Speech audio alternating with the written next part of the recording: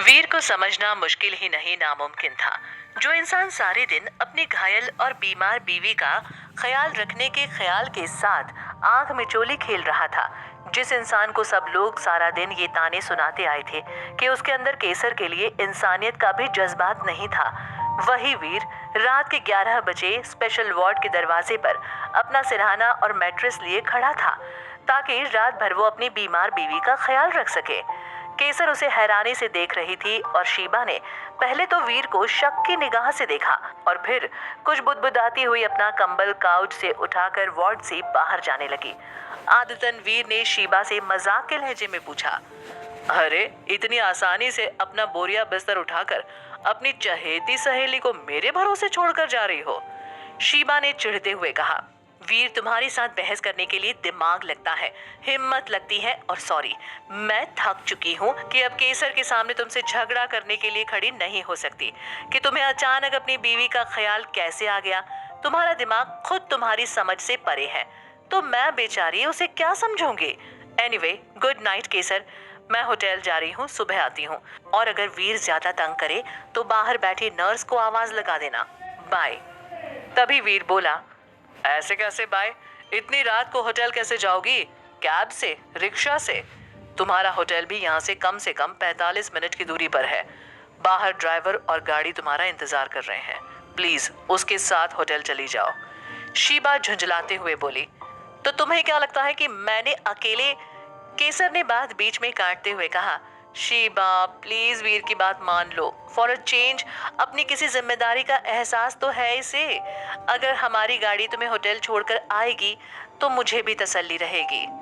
शीबा ने थक कर कहा, फाइन, वीर की गाड़ी से ही होटल चली जाती हूँ, बाय।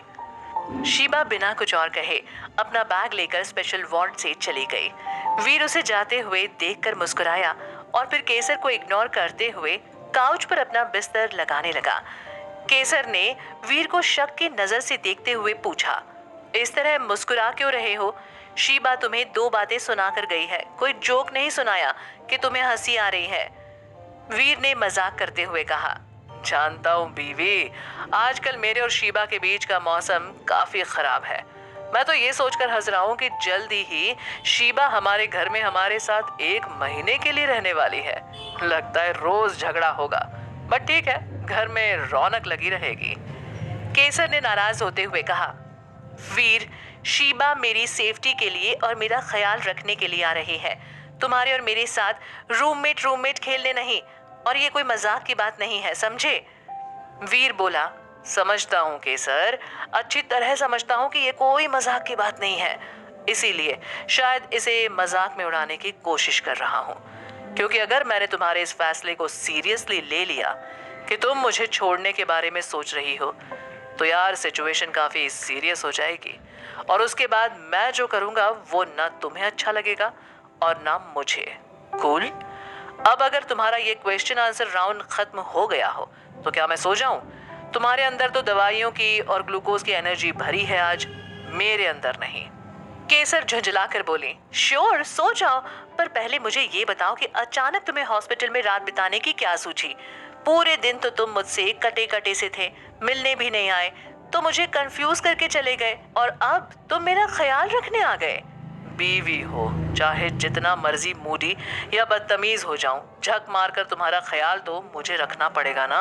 केसर ने अविश्वास से कहा, वीर कम ऑन, किसे बेवकूफ बना रहे हो? बीवी का ख्याल रखने आए हो या तुम्हारे अंदर ये डर बैठ गया है कि कहीं मैं घर ना भाग जाऊं?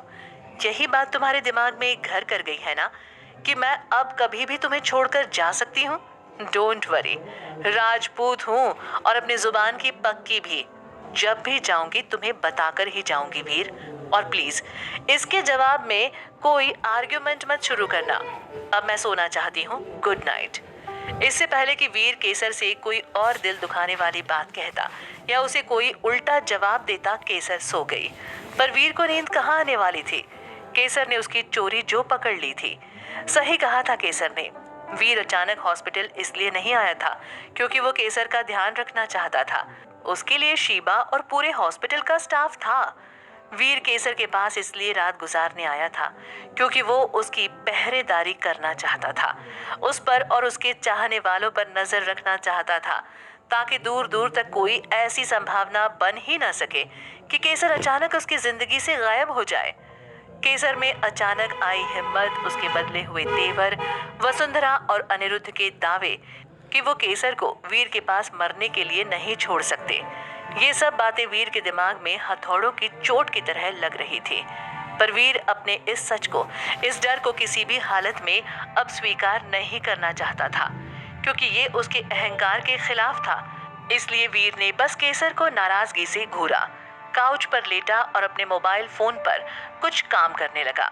बीच बीच में वो केसर पर नजर मार रहा था। केसर अब गहरी नींद में सो चुकी थी। वीर की नजर उसके थके हुए हसीन चेहरे पर रुकी और उसने अचानक अपने आप से कहा, केसर, अगर तुमने मेरी रेशम की जान ना ली होती तो हमारी कहानी बहुत अलग होती। मैं शायद तुमसे नो वे, ये मैं क्या सोच रहा हूँ फिर से। केसर मेरी और रेशम की मुजरिम है। मुझे इससे बदले लेने के तरीके ढूंढने हैं, इसके साथ दुनिया बसाने के बहाने नहीं। वीर अपने ही ख्याल से इतना तिलमिला उठा कि उसने झल्लाहट में आकर अपना फोन साइड पर रखा और केसर को घूरते हुए उसकी तरफ पीठ करके उस छोटे से काउच पे सोने की कोशिश करने लगा। वीर की आंख लगने ही वाली थी कि उसे कमरे के बाहर हलचल सुनाई दी। पहले उसे लगा कि शायद राउंड पर घूम रहे डॉक्टर या नर्स होंगे, तो उसने ध्यान नहीं दिया और दोबारा सोने की कोशिश करने लगा। पर कुछ देर बाद उसे वार्ड के दरवाजे पर दोबारा आहट सुनाई दी।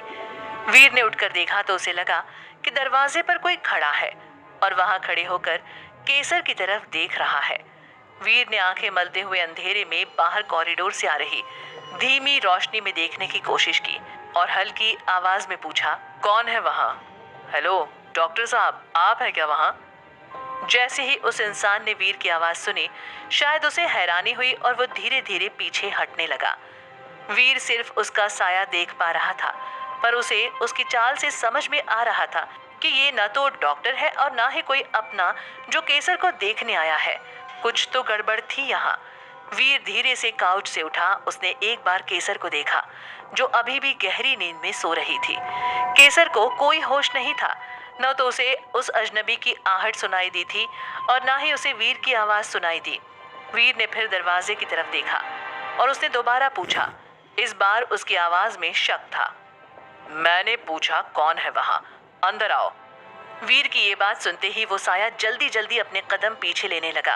वीर का माथा ठनका और उसे अपने बंगले की वही रात याद आ गई, जिस रात उसके बंगले पर एक अजनबी नजर गड़ाए पाया गया और वो बचकर भाग निकला था। वीर को पता नहीं ऐसा क्यों लगा कि इस अजनबी से केसर को या उसे खतरा हो सकता है, इसलिए वीर ने दोबारा कुछ नहीं पूछा। वो धीरे धीरे दबे पांव वार्ड के दरवाजे की तरफ बढ़ने लगा और अंधेरे की चादर में छिपे उस आदमी को भी ये समझ आने लगा कि वीर उसकी तरफ ही आ रहा है। वो अजनबी घबराकर वार्ड से लंबे लंबे कदम भरता हुआ दूर जाने लगा। वीर ने तय कर लिया कि वो आज तो ये जानकर ही रहेगा कि आखिर ये इंसान है कौन जो केसर और वीर की जिंदगी पर नजर रखे हुए है। वीर फटाफट वार्ड से बाहर निकला और उस इंसान का पीछा करने लगा। दोनों के कदम धीरे धीरे तेज होने लगे। जैसे जैसे वो हॉस्पिटल से बाहर निकलने लगे, वो आदमी अचानक दौड़ने लगा और उसके पीछे आ रहा वीर भी भागने लगा और उसे आवाज देकर चेतावनी देने लगा। वीर ने चिल्लाते हुए कहा, रुको, मैं कहता हूँ रुक जाओ, वरना अंजाम अच्छा नहीं होगा। जानते भी हो किसकी बीवी पर नजर रखने की कोशिश कर रहे हो। ठीक है, भागो जितना भाग सकते हो, पर आज मैं तुम्हारा पीछा नहीं छोड़ूंगा। मैं जान कर रहूंगा कि तुम कौन हो। रुक जाओ, मैं तुम्हें वॉर्न कर रहा हूँ। वो अजनबी समझ चुका था कि आज की रात वीर से पीछा छुड़ाना आसान नहीं होगा, पर वो वीर के हाथों पकड़े जाने से बचने के लिए जो कर सकता था वो करने वाला था। हॉस्पिटल के गेट से निकलकर वो अजनबी जानबूझकर ऐसी गली में मुड़ा जहां बहुत सारे घर थे और इस वजह से वहां किसी को भटकाना या खो जाना बहुत आसान था। वीर भी उसके पीछे पीछे उस गली में आया और उसके पीछे भागता रहा। आज वीर किसी भी हाल में इस इंसान को छोड़ने वाला नहीं था, चाहे उसे दुनिया के दूसरे छोर तक उसका पीछा करना पड़े। और वीर ये सब उस लड़की के लिए कर रहा था जिसे लेकर वो रोज यही दावा करता है कि वो उसे जीते जी मारना चाहता है। खैर, जैसे ही उस अजनबी को एहसास हुआ कि वीर उसके करीब आ रहा है, उसने वीर को छलावा दिया और एक घर के पीछे जाकर गुम हो गया। वीर उस घर के पीछे आया और चारों तरफ उस अजनबी को ढूंढने लगा, पर चारों तरफ सिर्फ रात का सन्नाटा था और कुछ नहीं। वीर ने उसे एक बार फिर खो दिया था, ठीक उसी तरह जिस तरह उसने उसे अपने घर के बाहर के जंगल में खोया था। वीर गुस्से से जमीन पर पैर पटकने ही वाला था कि अचानक उसे स्ट्रीट लाइट की रोशनी में जमीन पर एक साया दिखाई दिया, जो एक घर की छत से झांक रहा था। वीर ने तुरंत छत की तरफ देखा और वो अजनबी वहीं खड़ा था। वीर बिना एक सेकंड बर्बाद किए पूरी रफ्तार से उस घर की तरफ भागा। सीढ़ियों के ऊपर से उड़ता हुआ छत पर आ पहुंचा। वो अजनबी पानी की पाइप से उतरने की कोशिश कर ही रहा था कि वीर ने जाकर उसे उसकी बाजुओं से पकड़ लिया। उसका चेहरा कपड़े से ढका हुआ था, पर उसकी आंखों में उतर रहा डर साफ दिखाई दे रहा था। वीर उसे पूरी ताकत के साथ ऊपर खींचते हुए गुस्से में दांत भींचते हुए कहने लगा, तुम आज बचकर नहीं जा सकते, मैं तुम्हें नहीं छोड़ूंगा। चुपचाप ऊपर आओ, अपने चेहरे से ये नकाब उतारो और बताओ मुझे कि तुम कौन हो। आज तुम्हें मुझसे कोई नहीं बचा सकता, कोई नहीं। वीर का हाथ उस आदमी के नकाब तक पहुंचने ही वाला था कि अचानक उस अजनबी ने अपनी जैकेट के अंदर से एक खंजर निकाला और पूरी ताकत, पूरे गुस्से के साथ उसने वो खंजर वीर के सीने में उतार दिया। वीर दर्द से चीख उठा और उसने उस आदमी का हाथ वहीं छोड़ दिया। क्या वीर इस वार से जिंदा बच सकेगा? क्या वो अजनबी पकड़ा जाएगा या एक बार फिर गायब हो जाएगा? क्या केसर को वीर की फिक्र होगी? क्या इस घटना से दोनों के रिश्ते में कोई सुधार आएगा? क्या बदलेगी वीर के बारे में केसर की राय? ये जानने के लिए जुड़े रहिए केसर और वीर की कहानी के साथ। रिस्क है बट इश्क है में।